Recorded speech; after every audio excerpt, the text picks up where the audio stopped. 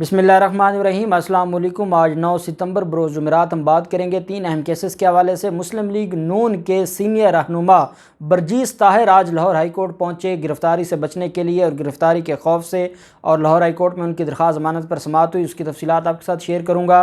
साथ ही जावेद लतीफ़ गद्दार वतन जावेद लतीफ़ आज नैब के सामने पेश हुए और कैसे नैब ने उनको और उनके जो काले करतूत हैं, उनके जो असासे हैं, जो उनकी जालसाजी है, जो उनकी गैर कानूनी तरीके से माल बनाना है, जब चुभते सवालात पूछे तो जावेद लतीफ़ कैसे वहाँ से भागे, बड़ी अहम तफसीलात हैं जो मैं आपके साथ शेयर करने जा रहा हूँ। और जो अंदरूनी कहानी है उस इजलास की वो मैं आपके साथ शेयर करूँगा कि ये जो बातें करते हैं और ये जो कागज़ी शेर हैं जो बड़ी बातें करते हैं और धमकियाँ लगाते हैं रियासत को, इनकी असल औकात क्या है, और जब ये जाते हैं और इनसे इनके कारनामों के बारे में पूछा जाता है तो ये भीगी बिल्ली बन जाते हैं। मामला क्या है वो भी मैं आपके साथ शेयर करूंगा।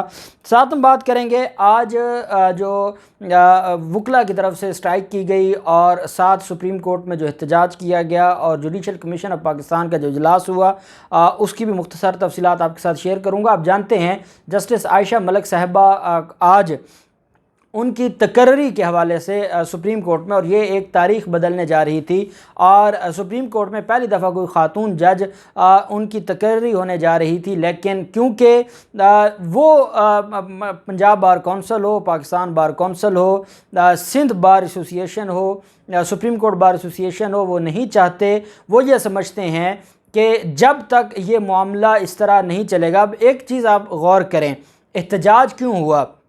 जब सिर्फ जरदारी माफिया का मामला था और सिंध हाई कोर्ट के जज को, जो कि 5वें नंबर पर थे सीनियरिटी लिस्ट में, उनको जब लाया गया, इन्होंने इतना बड़ा एहतजाज नहीं किया। ये स्ट्राइक करते रहे, अपनी जो उसके ऊपर इनके इजलास होते रहे। एहतजाज इन्होंने जैसे आज किया और चीफ जस्टिस के ख़िलाफ़ नारेबाजी की, ऐसा नहीं हुआ। अब क्यों ऐसा हुआ?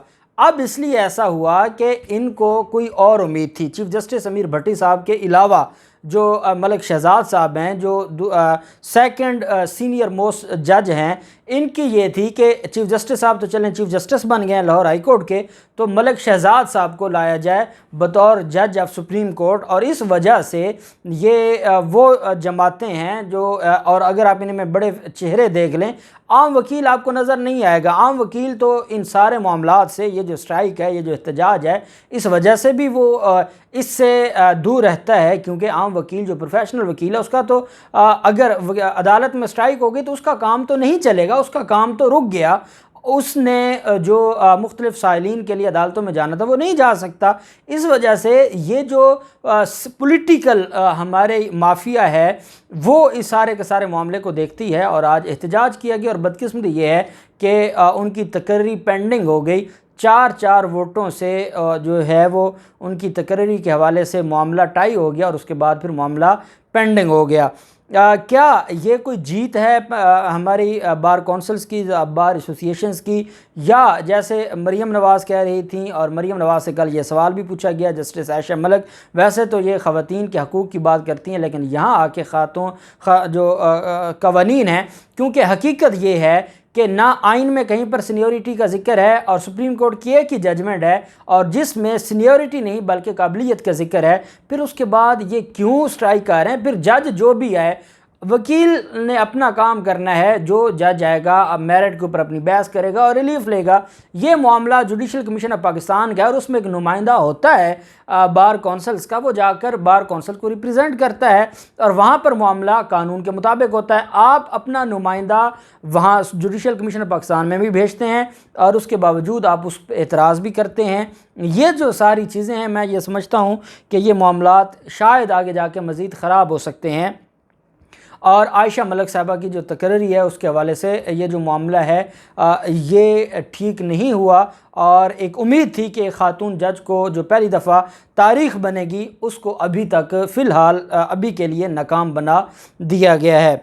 दूसरी तरफ जो मामला है आज वकला की हड़ताल की वजह से और जो चीफ जस्टिस के हवाले से नारे लगाए, और जो आप जानते हैं कि आम वकील कभी भी इस तरह से बात नहीं करता कि चीफ जस्टिस और फ़ौज का कोई आपस में गठजोड़ है। और ये बातें अगर मरीम नवाज़ करती है समझ आती है, ये बात जब बिलावल ज़रदारी या मौलाना फजल रहमान करते हैं समझ आती है। एक प्रोफेशनल आदमी जो लॉ नोइंग है वो ऐसी कैसे बात कर सकता है और ऐसे कैसे इल्ज़ामात लगा सकता है। ये चीज़ें तो उनको सोचनी होंगी और हमारी जो क़यादत है उनको भी सोचना होगी कि बजाय इसके कि वो सियासी जमातों की आलाकार बने, बल्कि वो तो रूल ऑफ लॉ के लिए काम करें, वो तो अपने वकला के लिए काम करें। आए रोज़ वकला का कत्ल हो रहा है, आए रोज़ वकला के मसाइल हैं, उन पर बात करें, उनके लिए एहतजाज करें, उनके मसाइल के ऊपर जंग लड़ें। आप उस तरफ जाते नहीं हैं। यंग वकला हैं, उनकी तरबियत, उनकी ट्रेनिंग, कोई आप उसके लिए अमली कदम नहीं उठा रहे और सिर्फ जहां मरीम नवाज़ या बिलावल ज़रदारी या फजल रहमान का मामला हो वहाँ पर एहतजाज किया जाए, तो मैं नहीं समझता कि ये कोई अच्छी रवायत चल निकली है हमारी बार कौंसल्स की। दूसरी तरफ जो मामला है, और आप जानते हैं कि आज इस हड़ताल की वजह से कई अहम केसेस भी उनके ऊपर भी समाअत नहीं हो सकी, और क्योंकि स्ट्राइक है, स्ट्राइक की वजह से जो एहतसाब अदालतें हैं इस्लामाबाद की वहाँ पर अहम केसेस पर समाअत नहीं हो सकी, जिसकी वजह से आसिफ जरदारी के ख़िलाफ़ केसेस थे उन पर भी समाअत नहीं हो सकी, यूसुफ रज़ा गिलानी के ख़िलाफ़ केसेस थे उन पर भी समाअत नहीं हो सकी, कराची में शायद खकान अब्बासी के ख़िलाफ़ केसेस पर समाअत होनी थी वो भी समाअत नहीं हो सकी।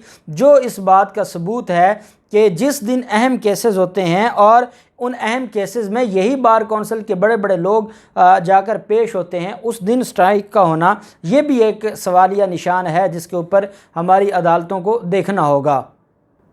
फिर जब दूसरी तरफ ये बात जो एहतसाब अदालतों के हवाले से, आप जानते हैं कि ये पूरा एक प्री प्लान हमने देखा है कि स्ट्राइक कैसे होती है, क्यों होती है, ये सारी चीज़ें हम समझते हैं। अब मामला आ गया बर्जीस ताहिर का, सीनियर रहनुमा मुस्लिम लीग नून का। और बर्जीस ताहिर आज लाहौर हाई कोर्ट पहुँचे। जस्टिस शहबाज अहमद रिजवी साहब और जस्टिस सरदार अहमद नईम साहब, 2 रुकनी बेंच था जिसने समाअत की। बर्जीस ताहिर अपने वकला के साथ अदालत में पेश हुए और बर्जीस ताहिर ने अदालत से कहा कि जनाब बड़ी ज़्यादती हो रही है मेरे साथ, मुझे गिरफ़्तार करना चाहते हैं, मुझे इन्होंने 10 सितंबर के लिए तलब किया है और मुझे ये लगता है कि 10 सितंबर को जब मुझे तलब किया जाएगा तो तलबी के टाइम मुझे गिरफ़्तार कर लिया जाएगा। अदालत ने कहा कि क्यों गिरफ़्तार कर लिया जाएगा, अगर उनके पास उन्होंने गिरफ़्तार करना होगा या उनके पास कोई सबूत होगा तो तभी गिरफ़्तार किया जाएगा, या वैसे ही सवाल जवाब के तौर पर भी गिरफ़्तार किया जाएगा। नया प्रोसिक्यूटर ने अदालत को जवाब दिया कि जनाब इसकी अभी तक हमने इसके वारंट गिरफ़्तारी जारी नहीं की है, सिंपल नोटिस गया है, तो इस सिंपल नोटिस की बुनियाद पर ये अदालत पहुंच गए हैं। तो अदालत ने, जस्टिस शहबाज अहमद रिजवी साहब ने यह भी फरमाया कि आपकी रवायत तो ऐसी है कि जब आप नोटिस भेजते हैं और नोटिस भेजकर आप बिठा लेते हैं और उधर ही गिरफ़्तार कर लेते हैं, तो ये रवायत आपकी भी है। नैब को भी जस्टिस शहबाज अहमद रिजवी साहब ने कहा। साथ जो नैब प्रोसिक्यूटर थे उन्होंने कहा जनाब तब हम किसी को गिरफ़्तार करते हैं जब उसको एक दफ़ा नहीं कई मौके दिए जाएं और वो तफ्तीश में किसी भी सूरत में तफ्तीश में वो अपना जो किरदार है वो अदा ना करे, या तफ्तीश में वो शामिल तफ्तीश ना हो, या रिकॉर्ड ना दे, या किसी सवाल का जवाब ना दे, तब गिरफ़्तार किया जाता है। और इसकी कानून हमें इजाज़त देता है, हमें नैब का कानून भी, और दूसरी तरफ हमें जो ज़ाब्ता फ़ौजदारी है वो भी हमें इस बात की इजाज़त देता है। तो हम तो कानून के मुताबिक करते हैं, कुछ भी इलीगल नहीं करते। खैर अदालत ने 27 सितंबर तक नैब को रोक दिया है कि बर्जीस ताहिर को गिरफ़्तार ना करें और साथ उसका जवाब तलब कर लिया है। अब बर्जीस ताहिर कल पेश होंगे नैब के सामने। आज 11 बजे जावेद लतीफ़ अदालत नैब के सामने पेश हुए। नैब की 5 रुकनी टीम थी जिसमें 2 कानूनी माहिरीन थे और 3 तफ्तीशी अफसरान, सीनियर अफसरान थे, जिन्होंने ये 5 रुकनी टीम ने आज तफ्तीश की। जावेद लतीफ़ के ख़िलाफ़ आमदन से ज़ायद असासाजात का केस है। 50 करोड़ रुपए उनके आमदन से ज़ायद हैं, जहां से केस शुरू हो रहा है। 29 सवालात पूछे गए और 29 सवालात में से किसी एक का भी जवाब नहीं दिया गया। जब उसको कोई डॉक्यूमेंट दिखाया जाता था कि ये जायदाद कहाँ से आई है, वो कहते थे मेरे नॉलेज में तो नहीं है कहाँ से आई है। फिर जब उनसे ये सवाल पूछा गया कि क्या ये आपने जायदाद गैर कानूनी तरीके से ख़रीदी है, वो कहते हैं ये डॉक्यूमेंट्स आपके पास कैसे है, मुझे तो पता ही नहीं है ये मेरी जायदाद है। अब ये बातें करना जैसे हमजा शहबाज ने किया था FIA के सामने, वही काम अब जावेद लतीफ़ कर रहे हैं। हमेशा हम भी जानते हैं कि जब कोई शामिल तफ्तीश होने जाता है तो जो सवालात पूछे जाते हैं, जब आप जवाब नहीं देंगे, जब आप उनकी बात को फॉलो नहीं करेंगे, तो तफ्तीश का एक तरीक़ाकार है, उस पर फिर कार्रवाई भी होगी। बहरहाल जो कई घंटों पर मुश्तमिल ये जो तफ्तीश है उसमें जो नैब ज़राए हैं उनका ये कहना है कि शेखुपुरा की जायदादों का भी जवाब नहीं दे सके, एंटी करप्शन के जो मुकदमात हैं उनका भी जवाब नहीं दे सके, और इनके जो 50 करोड़ से ज़ायद असासे हैं उसका भी जवाब नहीं दे सके। और नैब ज़राए ने यह कहा कि मुलज़म ने मायूस किया है, मुलज़म के पास कोई बात बताने को थी नहीं, जो रिकॉर्ड कहा था लाने के लिए वो रिकॉर्ड नहीं लेकर आए, मुलज़म से 29 सवालात पूछे गए, किसी एक का जवाब नहीं दिया। अब नैब ने जब जावेद लतीफ़ तो चले गए, उन्होंने कहा कि जी शामिल तफ्तीश हुए, नैब ने कहा ठीक है आपने जो बताना था बता लिया, अब हम नहीं करना है। आज नैब ने जावेद लतीफ़ के जाते ही इजलास बुला लिया है जावेद लतीफ़ के ख़िलाफ़ रेफरेंस फ़ाइल करने की मंजूरी देने के लिए, और उसमें यह कहा गया है कि जावेद लतीफ़ के ख़िलाफ़ काफ़ी मवाद मौजूद है, सबूत मौजूद हैं, डॉक्यूमेंट्स मौजूद हैं, सारे इदारों से डॉक्यूमेंट्स ले लिए गए हैं, रेवेन्यू से, LDA से, शेखुपुरा में जो मुख्तलिफ़ इदारे हैं, लोकल बॉडीज़ जो इदारे हैं उनसे जो डॉक्यूमेंट्स हैं वो ले लिए गए हैं, उनकी बुनियाद पर। और आज जो बयान दिया है जावेद लतीफ़ ने और आज जो सवालों का जवाब दिया है जावेद लतीफ़ ने, इन सारी चीज़ों को मद्देनज़र रखते हुए रेफरेंस की मंजूरी के लिए इजलास तलब कर लिया है। जावेद लतीफ़ का कहना है कि ये मेरे साथ ज़्यादती कर रहे हैं और इन्होंने मुझे 2 दफ़ा बुलाया है और साथ ही इंक्वायरी भी होगी, इन्वेस्टिगेशन भी हो गई और आप डायरेक्ट मेरे ख़िलाफ़ रेफरेंस फ़ाइल करना चाहते हैं।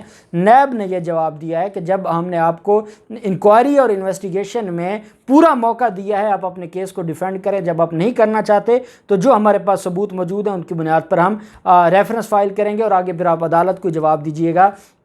इतना बड़ा जो ये पेश रफ्त है रेफरेंस की मंजूरी, जो मैं समझता हूँ कि जावेद लतीफ़ की नींदें हराम हो गई हैं। और अब क्या ये जाते हैं, क्योंकि अभी इन्होंने अबूरी ज़मानत नहीं ली और ये भी अबूरी ज़मानत लेने जाते हैं, नहीं जाते, रेफरेंस फ़ाइल हो गया, इनकी ज़मानत का क्या बनेगा। और अब तो जजेस भी आ गए हैं, अब तो लाहौर की एहतसाब अदालतों में 6 जज हो गए हैं, डेली बेसिस पर समाअत होगी।